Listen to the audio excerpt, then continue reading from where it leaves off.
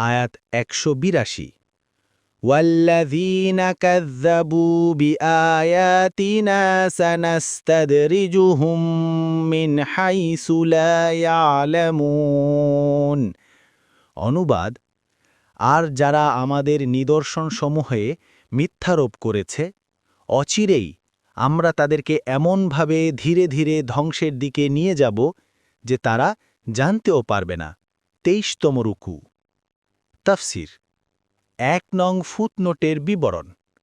অর্থাৎ দুনিয়াতে রিজিক ও জীবনোপকরণের ভাণ্ডার তাদের জন্য উন্মুক্ত করে দিবেন।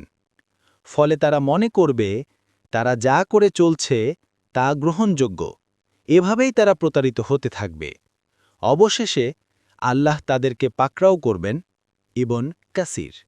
অন্য আয়াতেও এসেছে, অতঃপর তাদেরকে যে উপদেশ দেয়া হয়েছিল তারা যখন তা ভুলে গেল, তখন আমরা তাদের জন্য সব কিছুর দরজা খুলে দিলাম।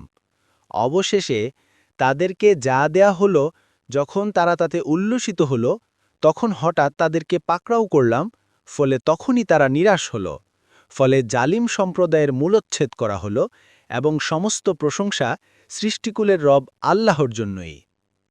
সূরা আল-আনআম 44-45 আয়াত। পরবর্তী তাফসিরে যেতে ভিডিওটি শেষ হওয়ার পূর্বেই এই বক্সে ক্লিক করুন।